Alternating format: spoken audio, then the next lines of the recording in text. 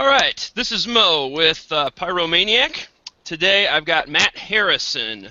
Matt Harrison is one of the brain children, I suppose, behind League Safe and League Safe Post. You can find him in some other places, like the Fantasy Football Weekly radio show. Matt, you want to tell us a little bit about yourself and either League Safe or Fantasy Football Weekly?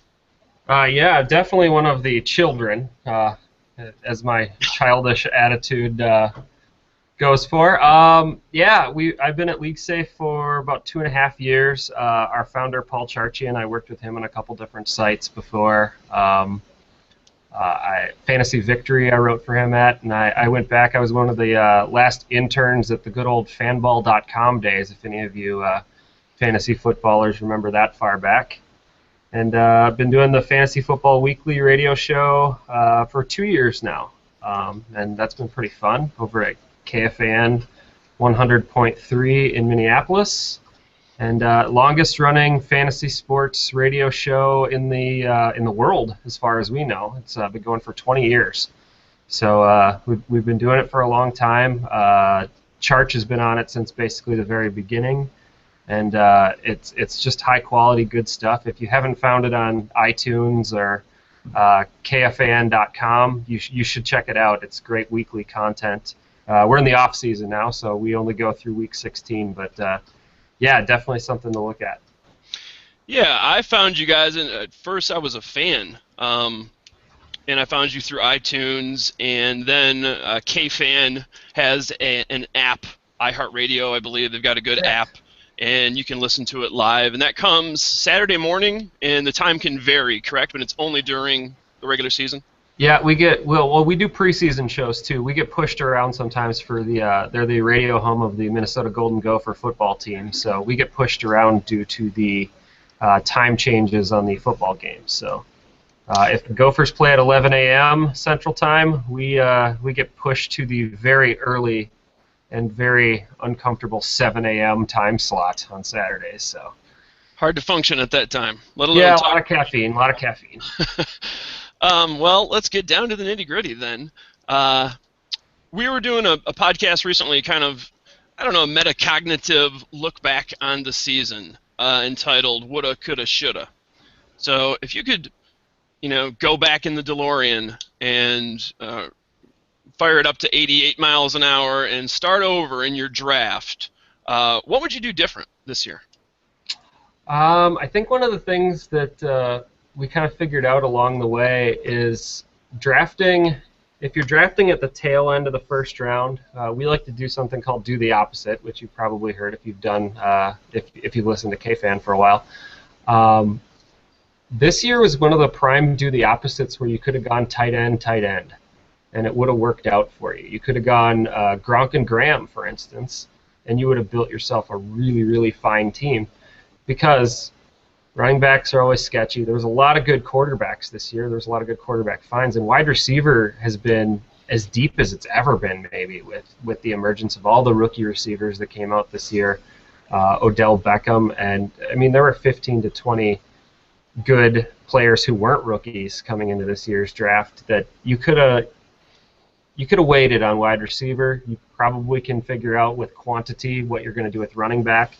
Quarterback was as deep as you could do, and I think that it definitely was a year that if you went tight end, and put every other team in your league at a complete crazy disadvantage, you were probably coming out ahead of the game and making the playoffs at the very minimum. See, that's interesting. Around the Pyro offices, we had a lot of guys complaining about taking Jimmy Graham first because of the late season letdown. But I'm of the mind that says you're at such an advantage. If you get Graham, Gronk, they are, and even the Denver guy, Julius Thomas. Thank you. They are at such an advantage at the position over the other tight ends. It really sets you apart from the rest of your league. The positional differential is absolutely huge. In baseball, that becomes more so with the several different positions in fantasy baseball, and it's something that has kind of rolled into fantasy football too. What about drafting a quarterback early? One of my leagues, I had the 11th pick, and I took Drew Brees. And even though he finished top five, I finished out of the playoffs. And a lot of those guys, I mean, besides Aaron Rodgers, Peyton let you down late in the season. Personally, I think there was a bit of a fall off on the notion of drafting quarterbacks early. Where do you like to take a quarterback in the draft? I like to go as late as possible with quarterbacks now. There's so many good ones. There's 15 solid quarterbacks that you can use on an every week basis. And I mean, if you think about it, Phillip Rivers, I think his ADP was in the 7th or 8th round this year. He finished as a top 12 quarterback. So in a 12-team league, he's a starter. Ben Roethlisberger was probably just as late. He finished 6th. Ryan Tannehill was probably not drafted in most leagues. He finished 8th. Eli Manning, everybody forgot about. He finished 10th. So you can find quarterbacks, and you can kind of just go with 2 quarterbacks and mix and match and play the matchups. I mean, people got good fantasy games out of Mark Sanchez this year. People got good fantasy games out of Kyle Orton. Teddy Bridgewater showed that he's coming up a little bit. And so you can find quarterbacks that they're easier to unearth than some of the other positions.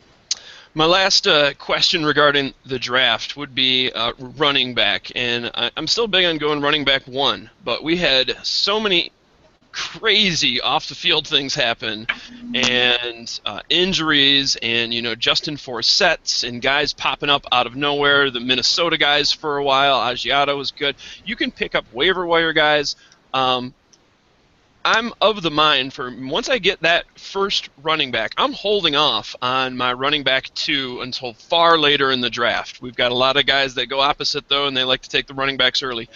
Where are you with your first and second running back? Do you like to take them quick, get the top guys, or do you hold off?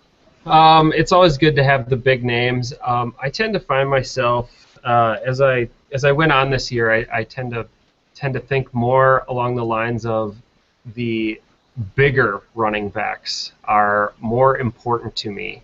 Not big names, but actually bigger people. They were more important to me than some of the smaller guys because the smaller guys tend to take injury a little bit more. Le'Veon Bell was a guy I rode in one league, and that was nice to have. Gio Bernard was one of my top picks in another league, and he's a smaller guy, and he got hurt. And I've been kind of learning along the way, and this is one of those sports games that you kind of just continue to learn, that I like the bigger backs, and the bigger backs that you have in your backfield, if you've got a lot of them, if you got Alfred Morris, if you got Mark Ingram, if you got Joique Bell, power backs who don't get nicked up nearly as much, they tend to last a little bit longer, and they're a little bit more dependable. You want dependability out of your running back position, I think, and that's kind of how I start steering my teams. And takeaways from the season, one of my big mistakes, I think, I went for some of these explosion-type players. I fall in love with rookies real early, Patterson, Cooks, and unless you pick the right one, it ends up kind of hurting you. So one thing I learned or my takeaway, is to get some of the guys that aren't going to be as flashy, but they're dependable. Don't always go overboard on the breakout guys. You may not get the oohs and the ahs in the draft room taking some of those more traditional guys, but you're going to be better for it in the long run. Is there anything you would do different looking back on the season? Well, I think if you draft a whole bunch of a giant team full of really just safe guys, that you're going to have a safe team that doesn't win the championship. You have to calculate where you're going to take your chance. And if Cordarrelle Patterson was your guy that you calculated on taking a chance, well, he missed this year, and your team probably suffered because of it. But there are years where you could take the guy who is just on the verge of becoming great, and it pans out for you. I think of Arian Foster and Jimmy Graham, who were each guys that you kind of had to take a chance on back in their big breakout years, and those guys won fantasy championships for people. So you got to get a little bit lucky in fantasy football, but you have to find the guy.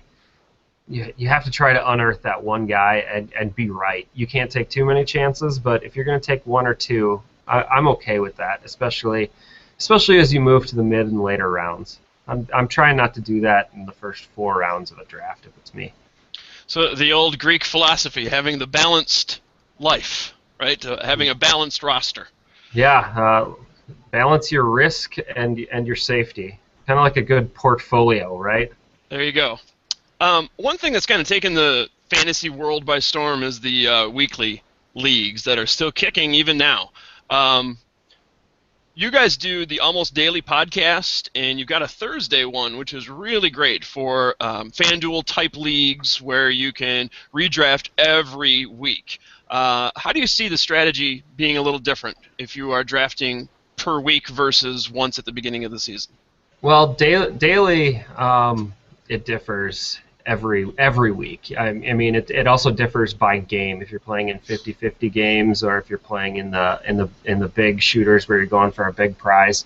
In those, which I tend to steer more toward, because I usually play small time ones, $2 one, that kind of thing. But I put in 5 to 10 teams a week maybe, and I try to I'm learning a lot from my co-hosts on that show, Christian Peterson and Brian Johnson, about let's look at who do you think might be the most drafted player this week, and do I need to have him, or do I need to fade away from him and find some other guys? What value plays can I get?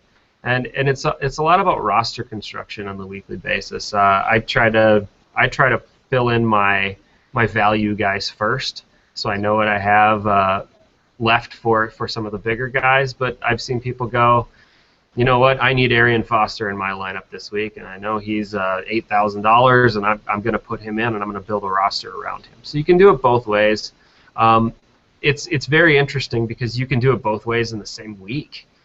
You can build a team of safety. You can build a team with high risk. You can build a team of all Broncos if you want. And I know I've seen a couple of big winners on some of the sites who have gone heavy on Patriots or heavy on Eagles and stuff like that, and that works out every once in a while, and so it's something to take a look at. So, if you're going to spend the bucks on one of the daily leagues like FanDuel, are you going to spend it at the running back position, quarterback, wide receiver, or does it really just vary? It varies week to week based on the matchups. I mean, if there's a week where you have 7 or 8 running backs who just have great matchups, and some of them kind of fall into that middle or lower tier of price, maybe it's not the week that you spend on running back. Maybe it's the week that you go get the 1 or 2 wide receivers that are the guys you need to have on your roster that you're going to have to pay for. Couple more questions for you here, Matt.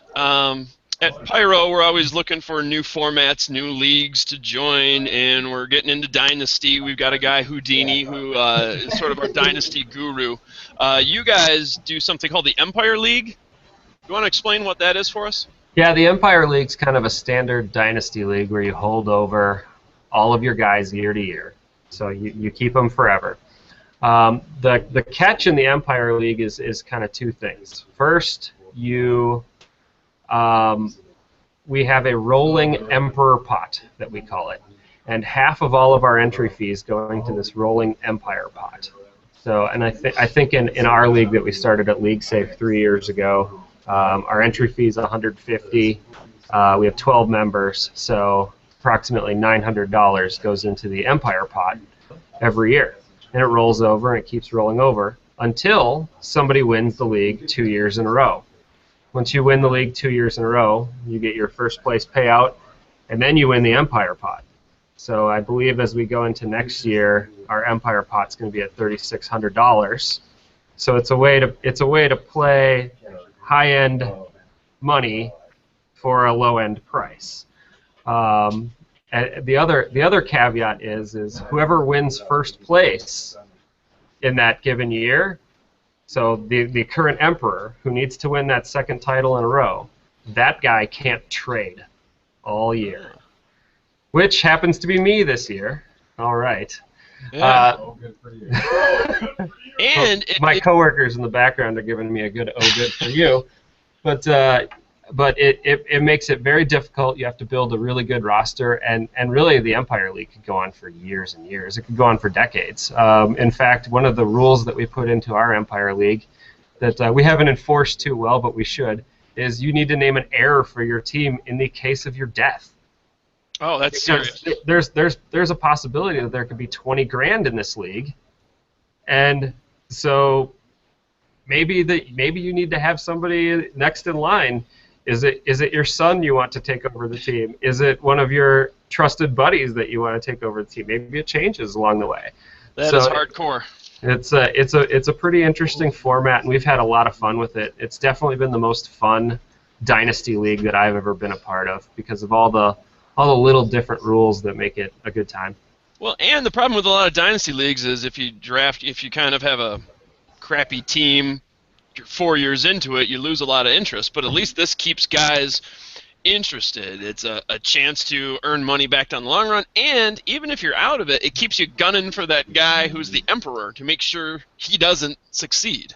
Yeah, absolutely. Last year, actually, I finished near the bottom of our league, and it started rough. It started like an 0-5 season. So I sold all the parts I could to get to Aaron Rodgers, who was injured last year, knowing, hey, I can buy him low now. A team that needs to go to a championship or has a playoff chances is going to need to unload him, and he's going to be a guy that I can bank on next year. So it's a good way to look into the future, and you really want to maximize any potential you have in the playoffs in that given year because you might not get back to the playoffs the next year. So you have to do everything you can. You kind of have to sell out to try to win if you got a chance. So it makes it interesting. It makes it a good buyer and seller market in the trade market every year going down to the deadline. So we like it a lot. It's really fun. That sounds like a fantastic idea. I'm interested in that myself. And last thing, we're always trying to, at Pyro, unearth sites and give people strategies and resources during the off season as well. I know League Safe isn't just about the collecting money and the dues, but you also have the League Safe Post. What can fans find there at League Safe Post? League Safe Post is kind of our blog that we put up a lot of different stuff relating to fantasy football. More often than not, we have a handful of writers for fantasy football. We do fantasy golf and fantasy baseball stuff too, but not nearly as much as football. So. We got good stuff there. I do the Super Rankings every week, which is a computer-generated ranking system that's based on a player's stats, the defense he's facing, and a whole bunch of other data inputs that we throw in there. Brian does a weekly daily fantasy article. We have a couple other good writers who put up waiver wire editions and that kind of thing. We're not super huge, and we don't put up stuff as often as some of the bigger sites, but the quality of our stuff is really solid, and I think people really appreciate it and use it as a tool. If you can find it, League Safe Post, bookmark it on your site. You'll like what you see. Yeah, I can vouch for it. I use it. You guys are putting out some good stuff. Matt, I really want to thank you for your time and sharing a bit of knowledge with us at Pyro here today. Yeah, no problem. Once Good again, luck to you guys. Thank you very much. Matt Harrison from League Safe Post, and the Fantasy Football Weekly radio show. This has been Mo, Pyromaniac. We'll catch you next time.